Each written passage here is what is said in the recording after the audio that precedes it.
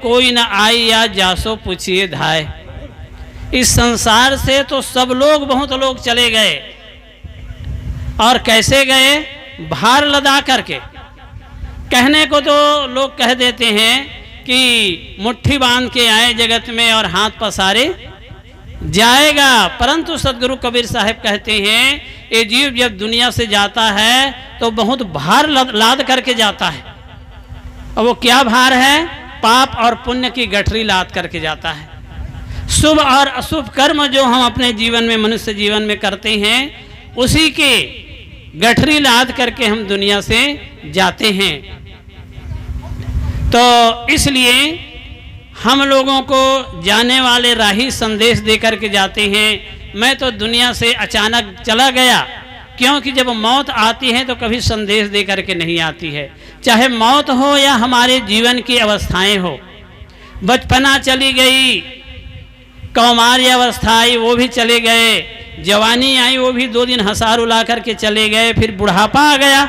तो बुढ़ापा बीच में जाने वाला है कि नहीं है भैया? नहीं है, कहा ना जी, वो बीच में नहीं जाएगा, याद रखना। और बुढ़ापा कब जाएगा? ये शरीर को एकदम कमजोर कर देगा, आंख की रोशनी घटा देगी, काले बाल को सफेद कर देगा, कान के श्रवण शक्ति, घ्राण शक्ति भी कम कर देगा, और दांत को सब तोड़ देगा। अंत में ये शरीर में रोग ला करके शरीर को शमशान में पहुंचाएगा, तब वो बुढ़ापा जाता है। ऐसे जाने वाला नहीं है। इसलिए आज का जो समय है हमारे लिए बहुत अच्छा समय है। जहाँ में जब तू आया था सभी हंसते तू रोता था, बसर कर जिंदगी ऐसे सभी रोए तू हंसता जा। सदगुरु कबीर साहब का संदेश है, जब कोई बालक का जन्म होता है तो घर परिवार के लोग खुशी मनाते हैं, परंतु जो जन्म लिया हुआ बालक है वह दुखी रहता है, और बाहर की हवा उसके कोमल चमड़ी में तीर जैसे चुभती है, इसलिए वो बहुत दुखी रहता है, वो रोता है। तो सदगुरु कबीर साहब चुनौती देते हैं, शिक्षा लेते हैं कि यह इंसान जब तो दुनिया से विदा लो तो ऐसा काम करके जाओ कि जाने वाले राही हंसते हंसते जाए और दुनिया के लोग उसके लिए रोए। ऐसा काम करना चाहिए।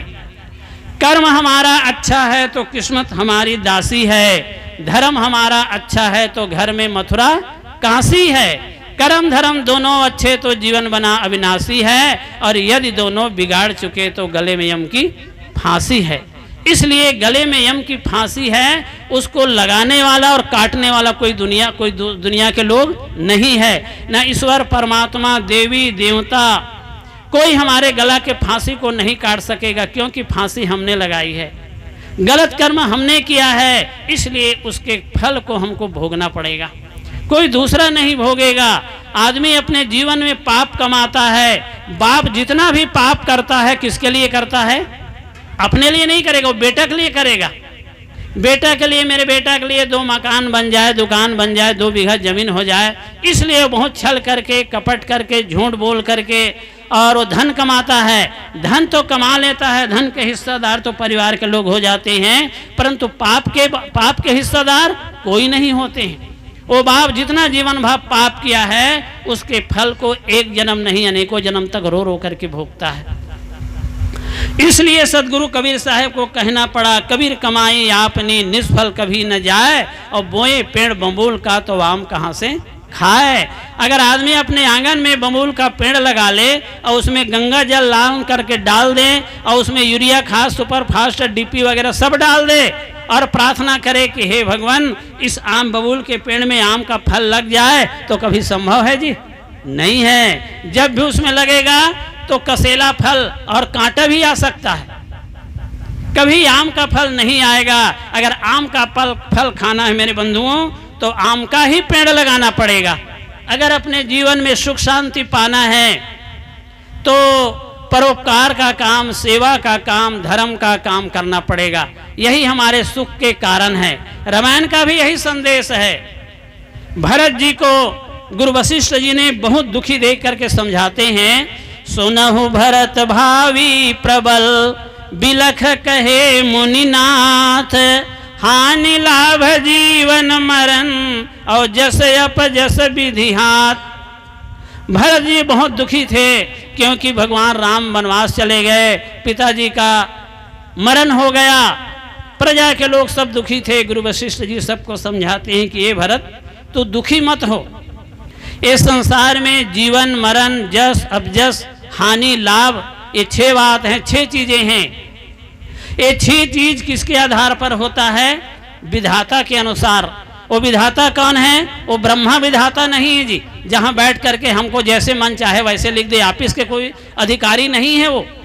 हमारे कर्म कहीं अगर कहीं ब्रह्मा है भी तो हमारे जैसा कर्म करेंगे उसी को लिखेगा, अपने मन के नहीं लिख सकता, उसके किसी की हस्ती नहीं है, वैसे लिखने वाला कोई है नहीं है। अगर चित्रगुप्त है तो हमारे अंदर में बैठा हुआ ये आत्मा है, वही जैसे कर्म करता है उसका संस्कार ये अंतःकरण में जमा होता है और उसी के अनुसार ये जीव दुख सुख भोगता है। आज हम जिसके श्रद्धांजलि मनाने जा रहे हैं बाबा सुकुल साहू जी के, वो बड़े श्रद्धा के पात्र थे। मैं 2-3 साल पहले जब इस घर में आया था, और क्योंकि इस घर में हमारे व्यवहार के नाता से जो उसके नाती बहू है हेमलता, वो मेरी भांजी है, तो इसके कारण से मैंने जब पहली बार उसके बहू के आने के बाद मैं आया तो इतनी भाव विभोर हो गए वो बाबा जी कि साहेब हमारे घर में आप आए हैं तब संतों का आसन लगा हुआ है। हमारे गांव में बहुत संत आते हैं, मेरे यहाँ किसी का आसन लगने का कोई अवसर नहीं मिला था, क्योंकि मेरे घर कोना में है, यहाँ कौन संत आएगा। परंतु आप आए हैं, बड़ा विभोर हो गया और मेरे को 2-3 दिन तक रोका था यहाँ, और मेरे साथ को 24 घंटा जहाँ मेरा आसन था वहीं सोता था वो। इतने भाव संतों के प्रति श्रद्धा, और जहाँ भी सत्संग होते थे सब सज्जनों को सत्संगियों को बुलाते थे और बड़े आदर करते थे। इतने भाव और बाबा जी ने इंसान मनुष्य का जन्म पा करके जो काम करना चाहिए उन्होंने सही किया, क्योंकि आज के जमाना में सभी कुछ हो रहा है इस तरक्की के जमाने में, मगर क्या गजब होता है कि आज आदमी नहीं बनता है। आदमी बनने के लिए सत्संग चाहिए, और आज के आदमी को सत्संग की बातें अच्छी नहीं लगती है, और टीवी की बातें, अखबार की बातें, मोबाइल की बातें सबको अच्छी लगती है। सुबह से आदमी जैसे नींद खुल जाती है तो सबका ध्यान कहाँ जाता है? पेपर में। आज के अखबार में क्या हो रहा है? एक नीतिकार ने तो लिखा है कि दारू सम अमृत नहीं और टीवी सम कोई धाम, पेपर सम पोथी नहीं, कौन लेत हरि नाम, सियावर रामचंद्र की जय। वो भगवान नाम ले दो, नौकर नाम से जयकारा लगा दो, कोई बात नहीं है ना। तो कहने का भाव ये है, आज के आदमी सत्संग से कोसों दूर हटते जा रहे हैं। परिणाम क्या होता है? उसका जीवन जीते जी नरक बनते जा रहा है। माता पिता की सेवा करना नहीं जानता है, आपस में परस्पर में प्रेम से जीना नहीं जानता है, और जब आदमी का खाना खराब हुआ तो जबाना खराब हुआ, और पीना खराब हुआ तो जीना खराब हुआ। न जीने में मजा है न पीने में मजा है बंधुओं, अगर ईमान दुरुस्त है तो जीने में मजा है। इसलिए ईमान दुरुस्त कब होगा? जब हम सत्संग में आएंगे तब। तो मैं तो उस बाबा जी के लिए यही कामना करता हूँ कि वो जहाँ भी गया है मनुष्य खाने में गया है, क्योंकि मनुष्य का काम करके दुनिया से गया है, और ऐसे घर में जाएगा भक्त के घर में, क्योंकि ये जीव जब शरीर छोड़ करके जाता है तो कहीं रुकता नहीं है, कहीं भटकता नहीं है, तुरंत वासना बस वो वासना के सवारी होकर के ये जीव अन्य खाने में जाता है कर्म संस्कार के अनुसार से। तो इसीलिए कर्म संस्कार को लेकर बाबा जी ने गया है, और अच्छा शुभ कुल में, अच्छा शुभ परिवार में, भक्त परिवार में जाकर के मनुष्य का जीवन में वो गया है, इसमें कोई संदेह नहीं है। तो इस प्रकार से इसके श्रद्धांजलि में आप और हम सब आए हैं उस पुण्यात्मा को शांति प्रदान करने के लिए। लेकिन उसको हम शांति देंगे तो होगा, मिलेगा उसको शांति उसके जीव को? जी नहीं मिलेगी, क्योंकि वो तो जो कर्म करके गया है अपना गठरी बांध करके चला गया है। इतना इधर हम जितना भी करते हैं एक व्यवहार की शुद्धता के लिए, शोकाकुल परिवार को शोक रहित करने के लिए। उस बाबा जी के 2 पुत्र है, भी हमारे एक भक्त जी ने बता रहे थे, 2 पुत्र है, उसके लिए पूरे संपत्ति को छोड़ करके चले गए। जब संपत्ति के अधिकारी दोनों भाई हैं तो उसके धर्म के भी अधिकारी हैं, जो उनके बताए हुए धर्म के रास्ता है उसमें चलना इन लोगों का परम कर्तव्य हो। चल भी रहे हैं, साधु संतों को बुलाते हैं घर में, देखो तो किसी के मुंह में न गुटखा गुड़ाखू और न बोतल न मांस मछली कुछ भी नहीं, आपस में कोई बेमनस्यता नहीं, यही धर्म के रास्ता है। और इतने के भी अभाव में आदमी बहुत भटकता है। तो ऐसे माता पिता को भी धन्य है। और मैं तो इन दोनों भाइयों से यही शुभकामना करता हूँ कि आप उस बाबा जी के लिए जो भी कर दिए, जीते जी सेवा कर दिए। और आपकी माँ बची है अभी, तो माँ के भी सेवा करके उसके भी बेड़ा पार लगा देना, क्योंकि असली हमारे जीवन में यही देवी और देवता है। इससे बढ़कर के और कोई देवी देवता नहीं है। लेकिन आज आदमी माता पिता को अनादर करता है और मंदिर के देवी देवता के पास जाकर सिर झुकाता है, प्रार्थना करता है, त्वमेव माता च पिता त्वमेव, त्वमेव बंधुश्च सखा त्वमेव, त्वमेव विद्या च द्रविणम त्वमेव, त्वमेव सर्वम मम देव देवा। ऐसे प्रार्थना करता है। और घर के माता पिता को, माँ नहीं मात पिता नहीं देवा, संतों से करवा वही सेवा, और जिनके यह आचरण भवानी, ते निश्चर समझा नहीं प्राणी। गोस्वामी जी ने बहुत जोरदार शब्दों में कहा कि जो माता पिता के आदर नहीं करते हैं, संतों से सेवा ले लेते हैं, सत्संग भजन सुन लेते हैं और कोई 5-10 पैसा दान नहीं देते हैं, ऐसे आदमी को इंसान कहना नहीं चाहिए, वो तो जीते जी राक्षस है, निशाचर कह दिया।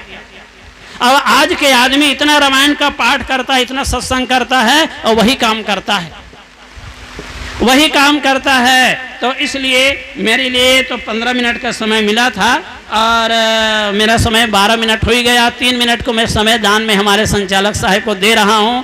और उस पुण्यात्मा बाबा जी के लिए यही शुभकामना करता हूं कि आपका जीवन जो आगामी जीवन है, जिस लोक में आप गए हैं, वो अच्छा सुखी जीवन हो, संपन्न जीवन हो, भक्ति भाव से परिपूर्ण रहे।